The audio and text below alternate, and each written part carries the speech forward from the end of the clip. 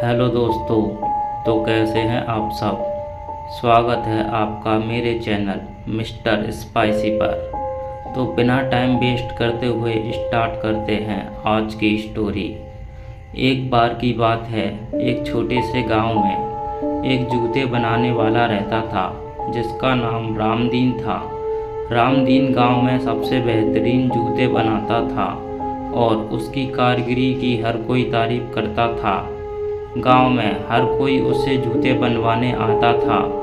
उसकी दुकान गांव के किनारे पर एक पुरानी सुनसान गली में थी।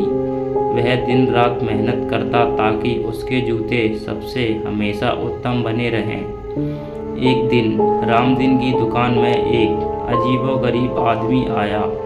उसकी आंखें गहरी और चेहरा बहुत डरावना था।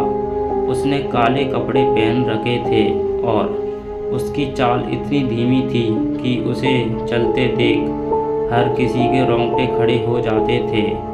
उसने रामदीन से कहा, मुझे एक विशेष जूता चाहिए, ऐसा जूता जो कभी खराब ना हो। रामदीन ने सोचा कि यह तो असंभव सी बात है, ऐसा जूता बनाना तो मुश्किल है। उसने आदमी से कहा, लेकिन उस आदमी ने एक पुराना थैला निकाला और उसमें से कुछ सोने के सिक्के निकालकर रामदीन के आगे रख दिए। रामदीन की आंखें सिक्कों पर टिक गई। वह लालच में आ गया और उसने हामी भर दी। अगले कुछ दिनों तक रामदीन उस आदमी के लिए जूते बनाने में जुट गया। उसने सबसे अच्छा चमड़ा और सबसे मजबूत धागा और सबसे नायाब डिजाइन चुना। जब जूते तैयार हुए तो वे सच में अद्भुत थे।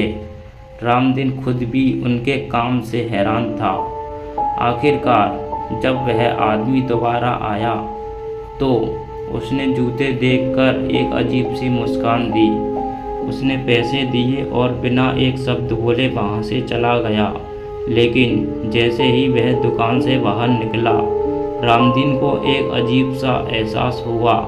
दुकान में अंधेरा छाने लगा और हवा अचानक ठंडी हो गई। उसी रात रामदीन को नींद नहीं आई। उसे ऐसा लग रहा था जैसे कोई उसकी दुकान के आसपास मंडरा रहा हो। उसे लगा शायद वह ज़्यादा सोच रहा है, इसलिए उसने ध्यान नहीं दिया। लेकिन जब सुबह हुई तो उसकी दुकान के बाहर वही आदमी खड़ा था। रामदीन घबरा गया। उसने दरवाज़ा खोला और पूछा, क्या हुआ, तुम फिर क्यों आए हो? आदमी ने कोई जवाब नहीं दिया, बल्कि जूते निकालकर रामदीन के सामने रख दिए। वे जूते पूरी तरह से टूट चुके थे और फट गए थे, जैसे उन्हें सालों तक पहना गया हो। रामदीन यह देखकर चौंक गया। यह कैसे हो सकता है? ये जूते तो अभी नए थे। उसने पूछा।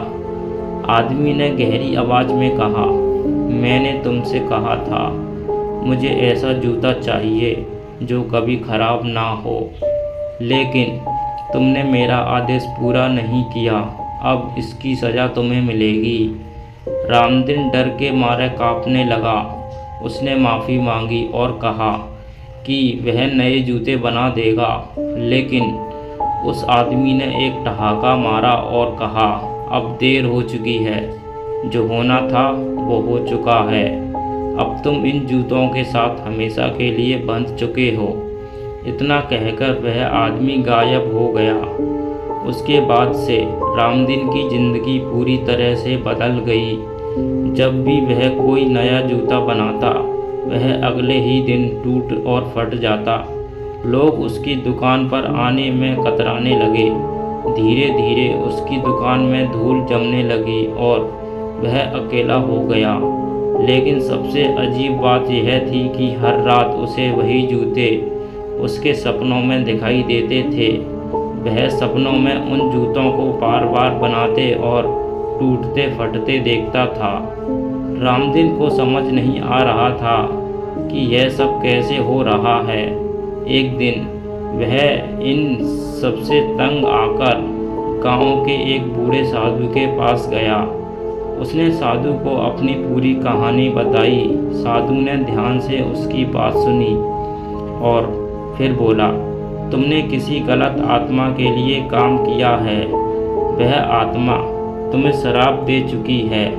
रामदीन ने साधु से पूछा, अब मैं क्या करूं? इस श्राप से कैसे बच सकता हूं?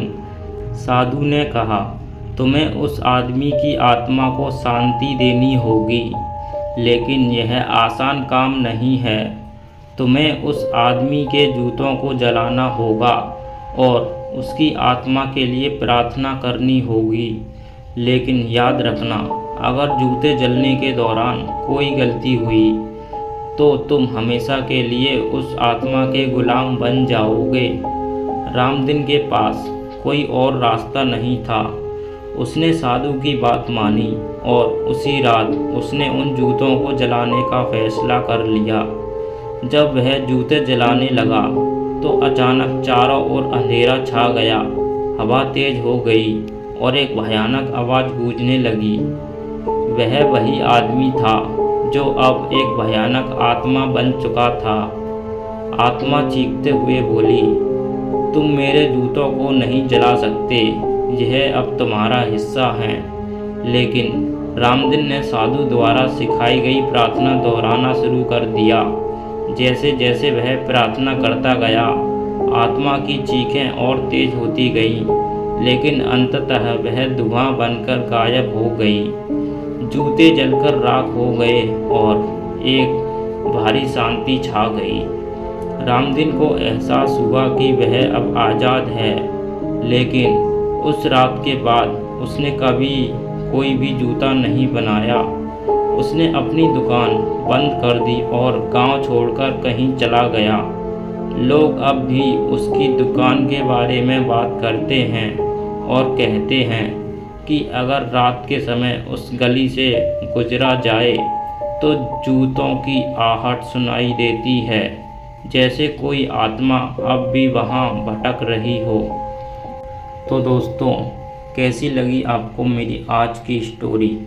अगर स्टोरी पसंद आई हो तो वीडियो को लाइक कर दें और मेरे चैनल को सब्सक्राइब कर लें, ताकि आप तक मेरी वीडियो सबसे पहले पहुंच सके। तो मिलते हैं अगली स्टोरी में। बाय।